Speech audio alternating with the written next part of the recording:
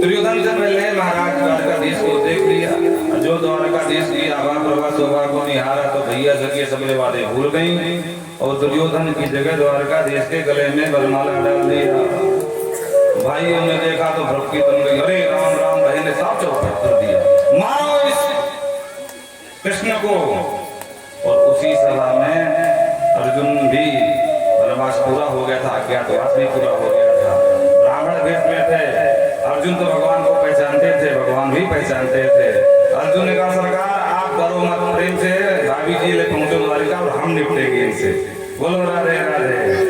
तो कर्ण, दुर्योधन, जरासंध, दंतवक्र, शिशुपाल सभी लोग थे, लेकिन अर्जुन के सामने एक पल भी टिक न पाए, बोलो राधे राधे। अर्जुन ने सबको परास्त कर दिया और भगवान प्रेम से देवी जी को लेकर पहुंचे द्वारिका और सभी से विवाह संपन्न किया। इस तरह से ये पांचवा विवाह हो गया। एक थे महाराज कौशल नरेश, जिनका नाम था नग्नजित, और इनकी बिटिया इन्हीं के नाम से नागनजिती नाम से जानी जाती थी, एक नाम सत्या भी था। इनके यहाँ 7 सांड थे, खतरनाक मर गए। अब तो सही भाषा में बोल दें, गाँव की भाषा में मर गए, बोलो राधे राधे।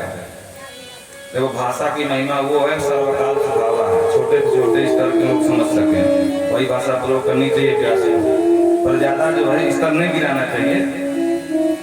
तो मर कहेगा महाराज, और राजा की प्रतिज्ञा ये थी कि 7 सांडों को जो एक रस्सी से नाप के दिखाएगा उसी के साथ बिटिया ब्याह होगा, सत्या को ब्याह करूंगा। और ये खबर लगी लोगों को, राजकुमार गए बने बनकर के सूरवीर, लेकिन जहां राजकुमार को देखे 7 बैल दौड़ करके मारने दौड़े, किसी का हाथ तोड़े, किसी का सर फोड़े, मारा, सबको घायल कर दिया। भगवान को मालूम पड़ा तो भगवान तो बचपन से ही गौचारण किए हैं, गाय बछड़ों के संग में रहे। भगवान पहुंचे और 7 रूप बना करके एक साथ एक ही रस्सी में 7 सांडों को नाप करके दिखा दिया। महाराज कौशल नरेश नग्नजित बिल्कुल प्रसन्न हो गए हैं और हर्षोल्लास से बिटिया सत्या का विवाह भगवान के साथ संपन्न कराया है। ये भगवान का 6वां विवाह हुआ। एक थी देवी स्तुत कीर्ति, जिनकी बिटिया का नाम भद्रा था।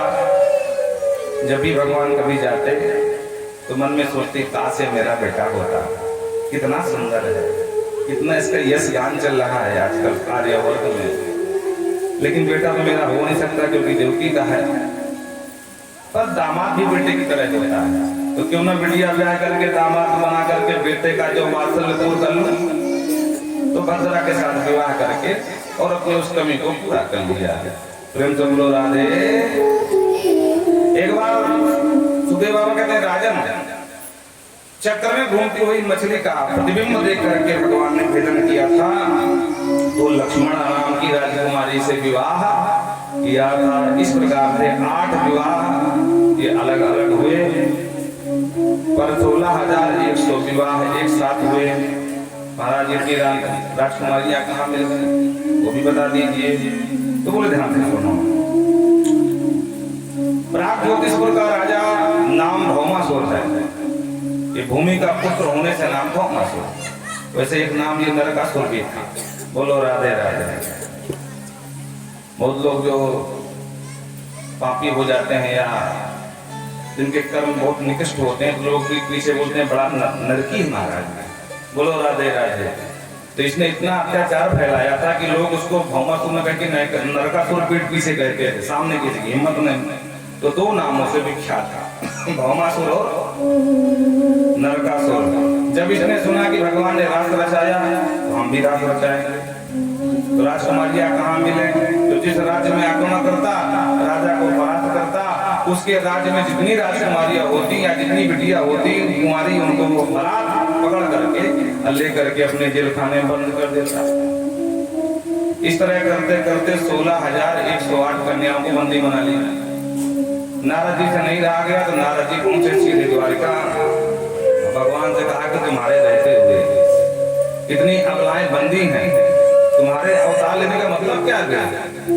इससे अच्छी साकेत में जाओ, यहाँ क्यों घूम रहे हो? तब भगवान गरुड़ में बैठ करके और सत्यभामा के साथ सीधे प्राग ज्योतिषपुर को पहुंचे।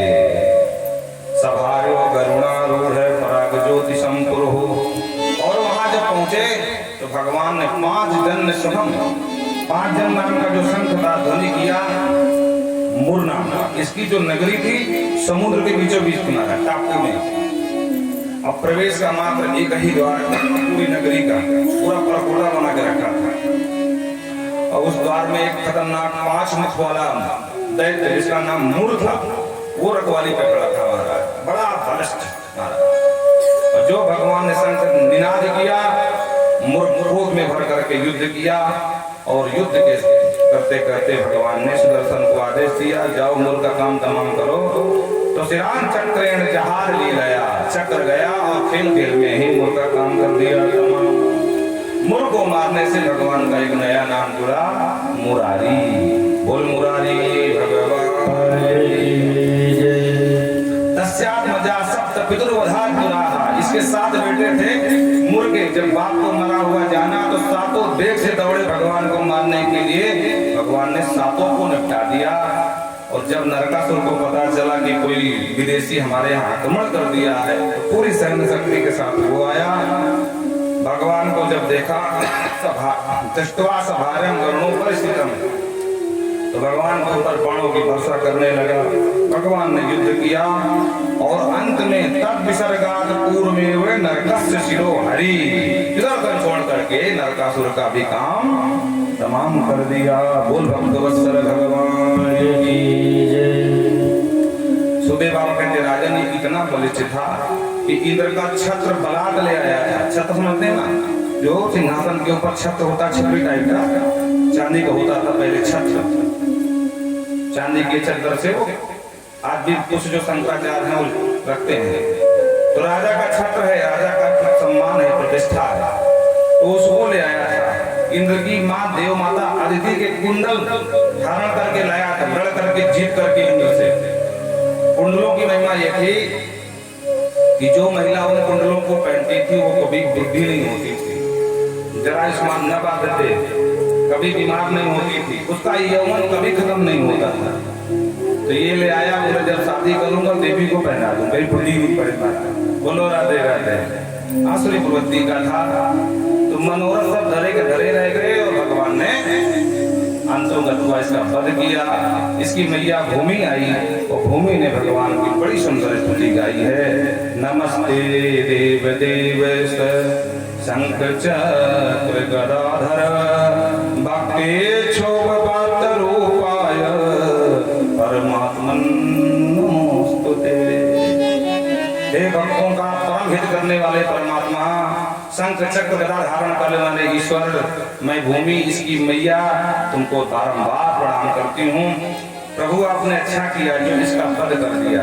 आज भूमि भी, इसकी माँ भी भगवान के पक्ष में खड़ी है। बोलो राधे राधे। भगवान कुंडल और छत्र अपने कब्जे में किया, बंदी गृह से कन्याओं को मुक्त किया और बोले देवियों जिसको जहां जाना है जाए, आज से तुम मुक्त। सबरी देवियां बोले सरकार आप कहां जाए, हमारे पास तो कोई रास्ता नजर नहीं आ रहा है। एक ही रास्ता है कि इसी सागर में अपने आप को समर्पित करके यही मर जाए। भगवान बोले क्यों, तुम्हारा घर नहीं है क्या, क्यों मर जाओगे भाई, जाओ अपने घर।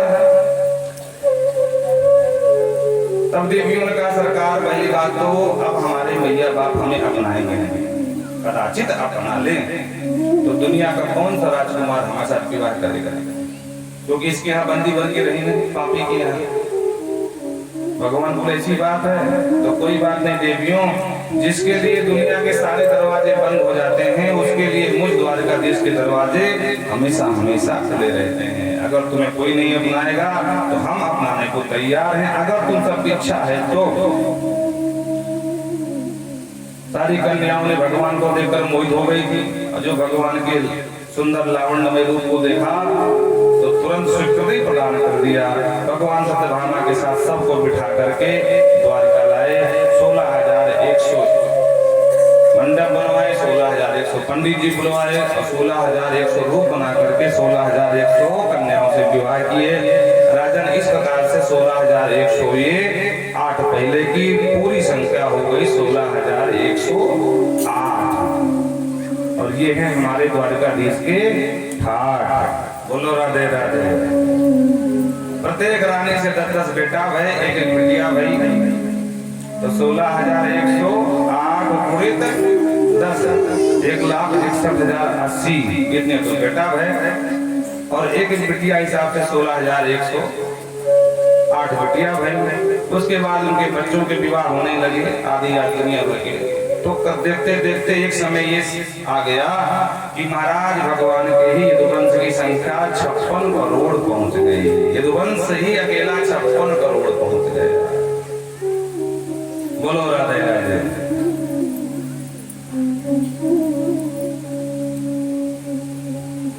इनके जो प्रद्युम्न के पुत्र थे महाराज अनिरुद्ध, इसके 2 विवाह हुए और दोनों विवाह में महासंग्राम हुआ। पहला विवाह हुआ महाराज रुक्मी की जो नातिन थी, मतलब रुक्मणी जी की भाई रुक्मी की नातिन रोचना के साथ हुआ। रुक्मी की इच्छा तो नहीं थी, पर रुक्मणी जी के दबाव में, क्योंकि रुक्मणी लगी हुआ।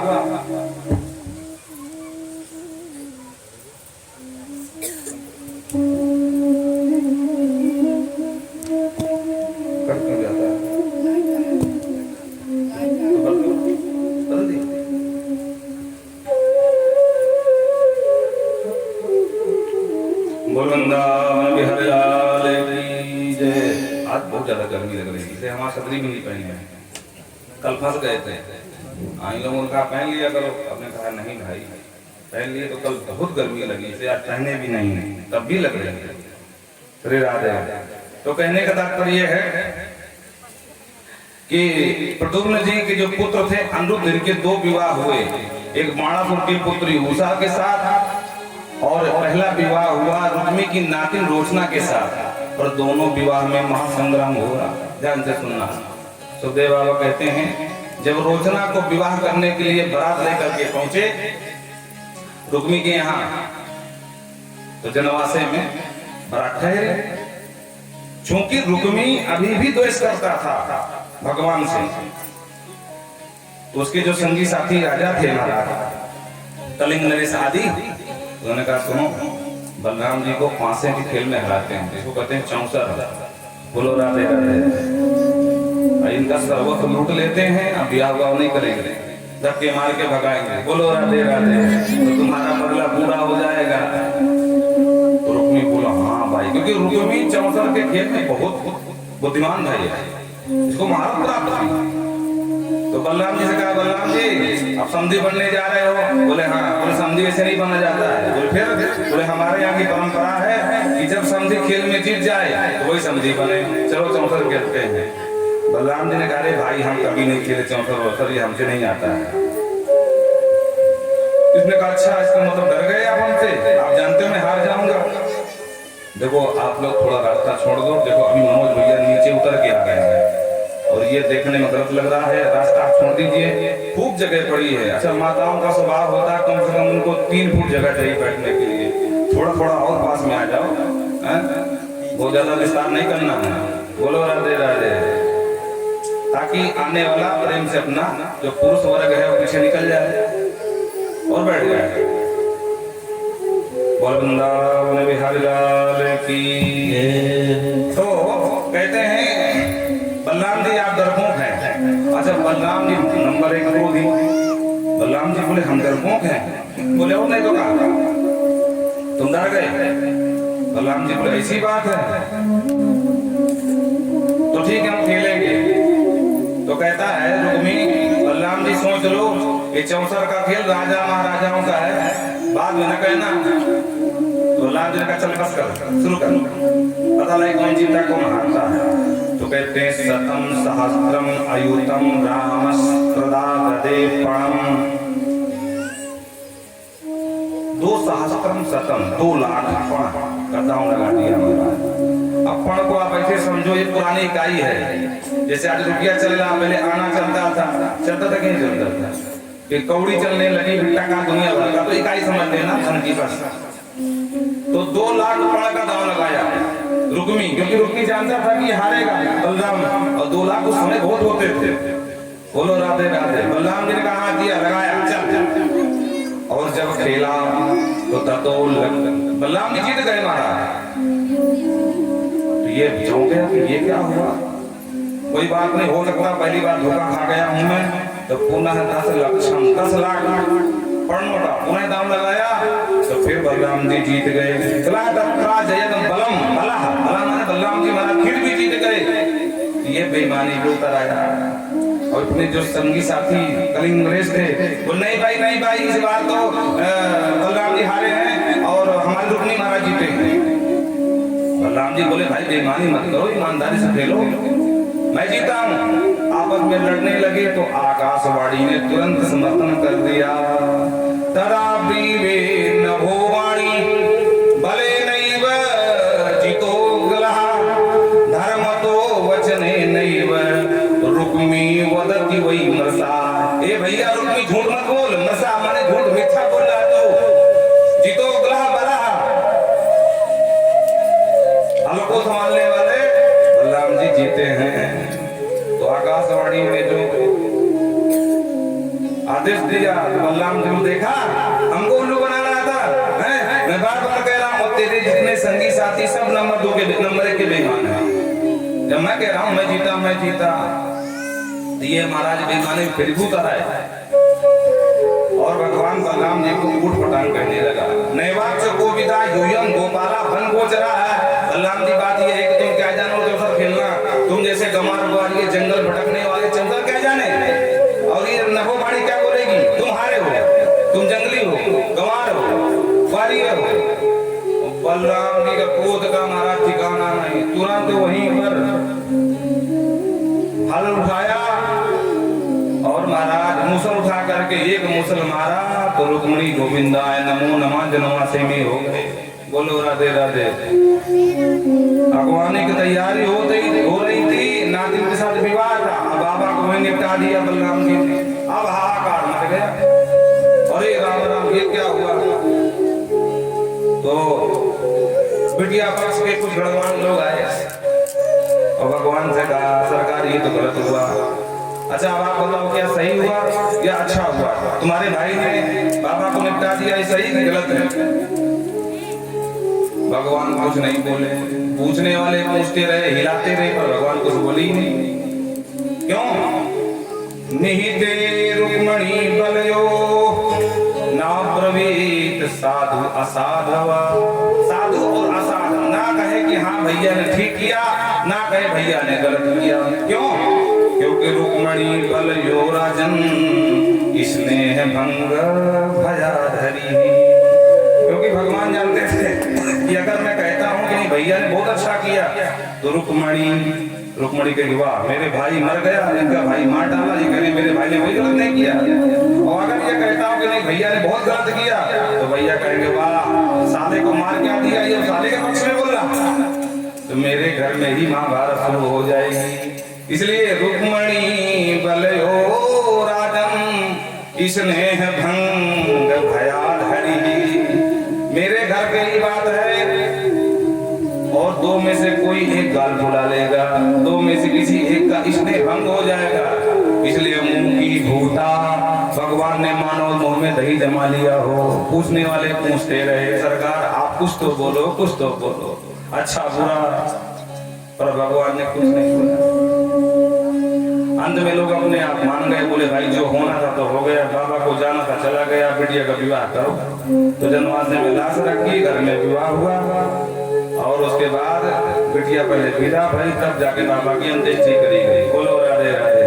समय पाने पर सब घाव भर गए, समय सब घावों को भर देता महाराज।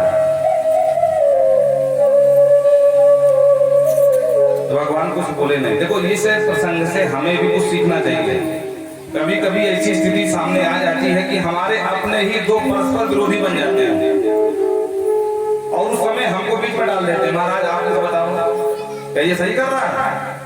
और हमने बहुत ज्यादा न्याय शास्त्र पढ़ करके आए हैं और एक का पक्ष ले ले तो ये हो ही नहीं सकता कि एक पक्ष नाराज ना हो जाए। अब जो लोग पंच देव बन करके पंचायत करते हैं उनसे पूछना स्थिति क्या पैदा होती है।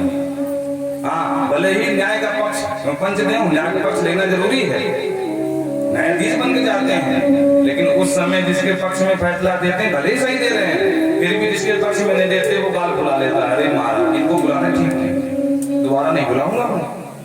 बोलो राधे राधे।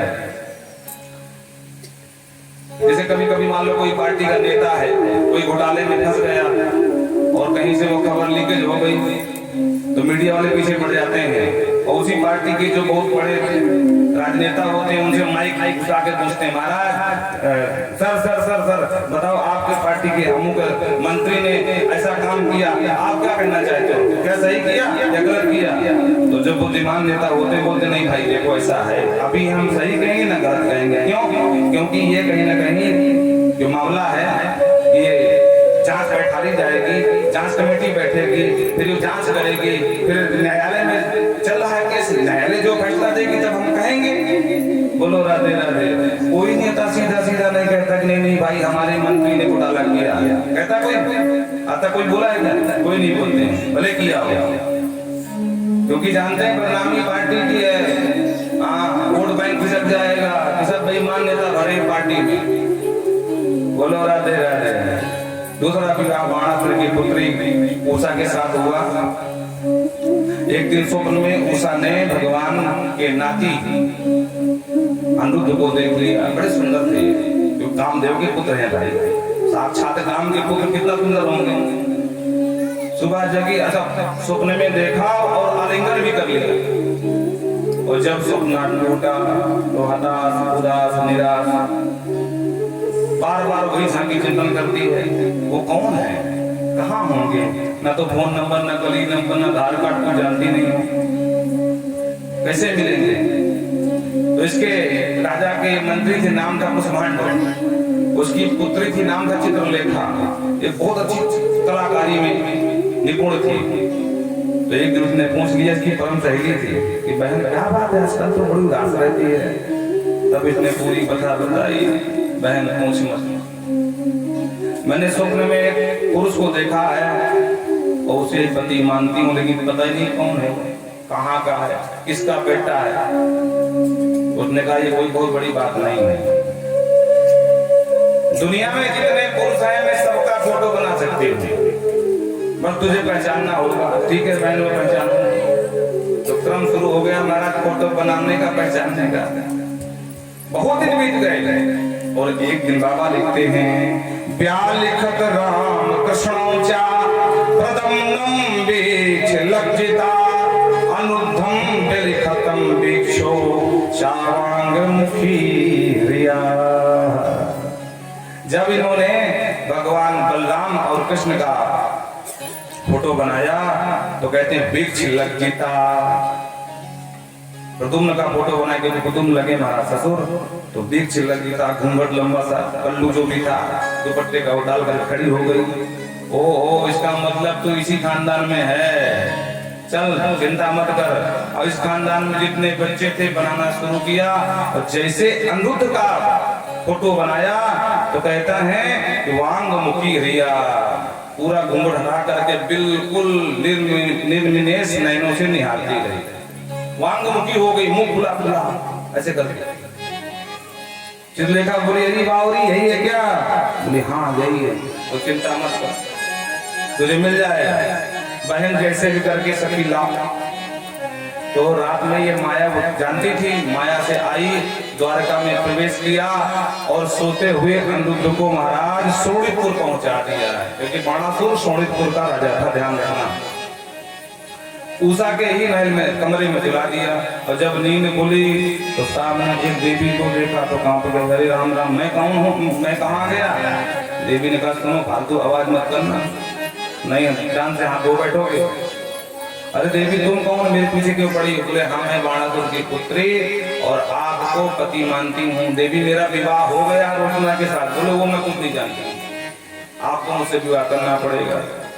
देवी एक बार बाहर तो निकलने दे, बोल सुनो अगर अभी बाहर गए तो मारे जाओगे, चुपचाप जो कहूँ वही करो। मरता कराना करता बेचारे फंसे रहे। कहते 3 महीना बीत गए, लेकिन 4 मासा व्यतीता, 4 महीना बीत गए महाराज, गाँव के कानों कान भरना पड़ी।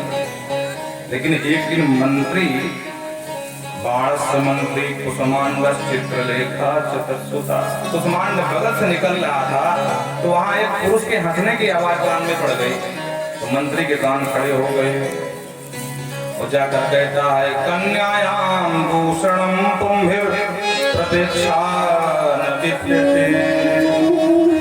सरकार हमारी कन्या दूषित हो गई। बोले क्या हुआ? बोले पुरुष के हंसने की आवाज आ रही। बड़ा तो उनको पहले विश्वास नहीं हुआ, लेकिन कन्या का आगारम सीधे कन्या के आगार में कमरे में गया तो वहां सचमुच एक पुरुष को पाया, तो तुरंत युद्ध फिर लगा रहा। महाराज हम युद्ध करने लगे और युद्ध में परास्त कर दिया इसने। क्यों? क्योंकि भगवान शिव के द्वारा इसको वरदान प्राप्त था कि कोई तुम्हें हरा नहीं पाएगा सिवाय एक के। बोलो राधे राधे। वो कौन? जिसका हम भजन करते हैं वही हराएंगे, कोई नहीं हरा पाएगा। तो गुरु जी आप हमारे शहर की रखवाली करोगे, सेनापति आप रहोगे? बोले हाँ ये ठीक है, क्योंकि 1000 भुजाएं बाबा शिव से ही प्राप्त थी। और एक दिन इसको जब कोई लड़ने वाला नहीं मिला तो बाबा शिव के पास पहुंच गया और कहता गुरु जी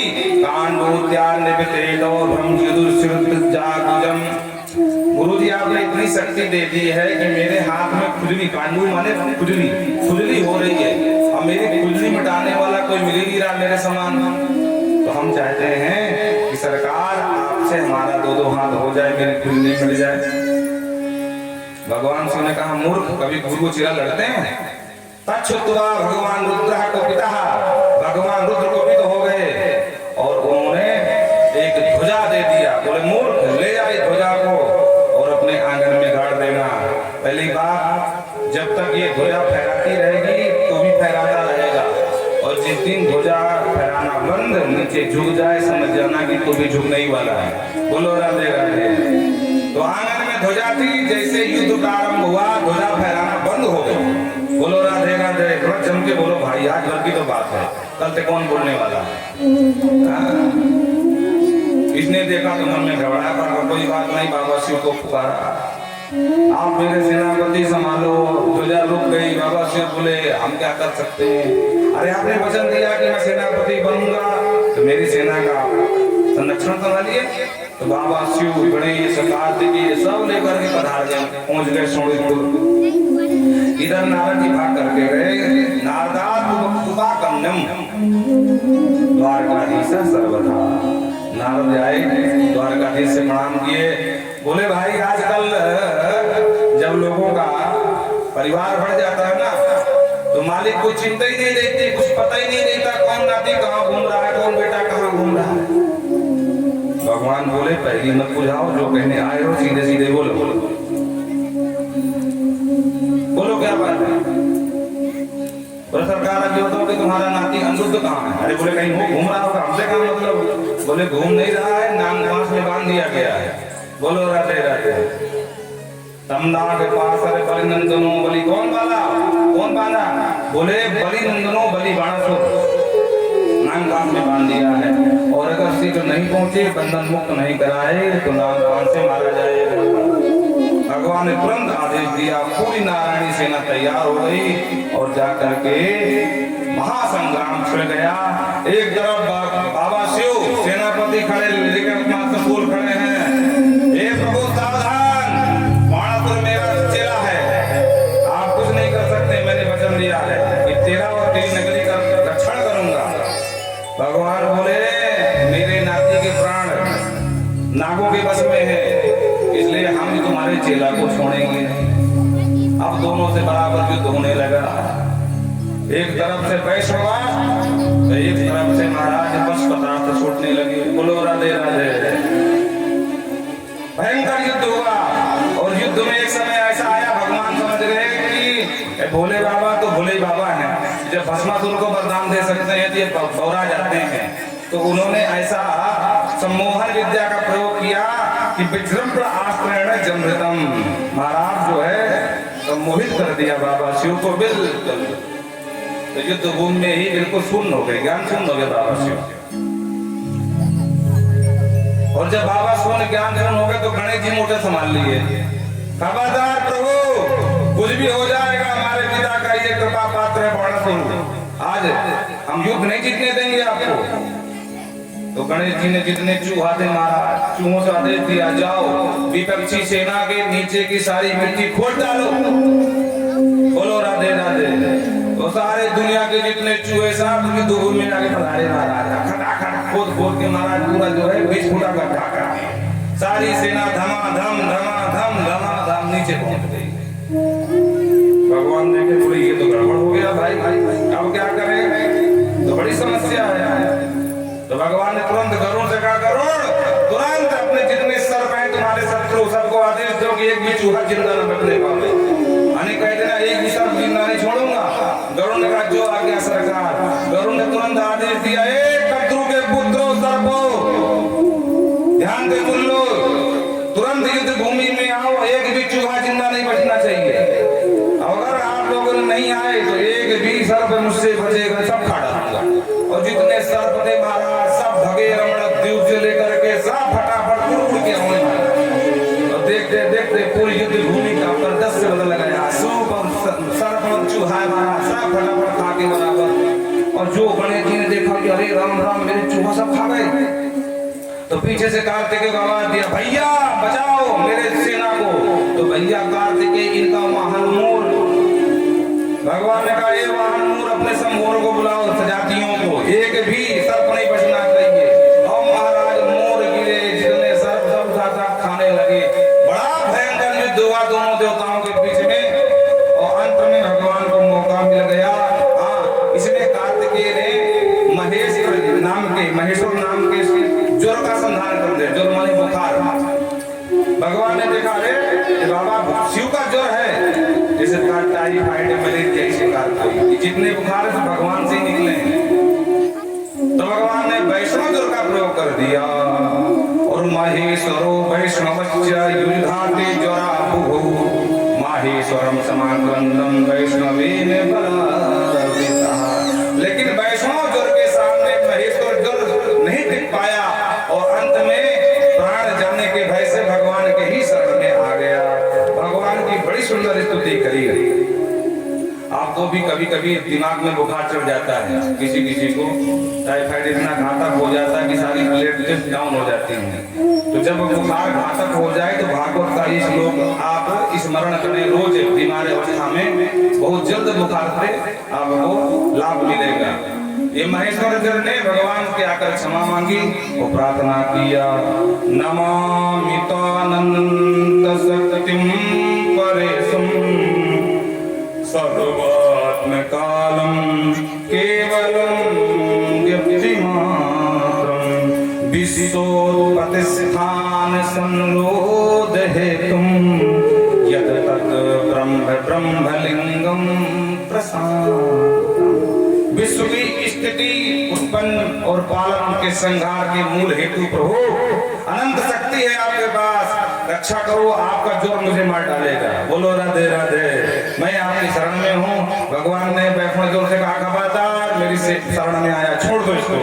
तब जाकर के महेश्वर नाम के बुखार की मुक्ति मिली।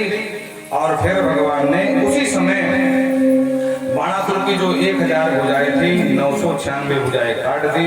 4 हाथ का बच्चा भगवान बोले बस अब बराबरी हो गई, तू भी 4 हाथ वाला, मैं भी 4 हाथ वाला, अब युद्ध डट के होगा। अंत में महाराज प्रहलाद जी प्रकट हो गए। बोलो राधे राधे। क्योंकि प्रहलाद जी की वंश परंपरा है ना, विरोचन पुत्र बलि पुत्र महाराज जो है बाणासुर और प्रहलाद पुत्र विरोचन। बोलो राधे राधे। तो प्रहलाद जी आ गए। प्रहलाद बरो दत्तो न बंध्यो न तमान्वय। सरकार हम न माना गलती हो गई, अच्छा माफ करो। भगवान खुश हो गए, पुत्र प्रहलाद तुम चलो ठीक है, अब तुमको वचन दिया कि मैं इसको नहीं मारूंगा, अभयदान दिया। चत्वारो भुजा शिष्टा, 4 भुजा जो 1000 भुजा वाला था 4 भुजा ही बची, 996 का काम तमाम कर दिया। अंत में बाणासुर की अकल ठिकाने लगी। तब हंसी खुशी से बेटी उषा को विदा किया अनिरुद्ध के साथ। अनिरुद्ध वहां से बंदी मुक्त हुए। प्रेम से बोलो वृंदावन बिहारी लाल की।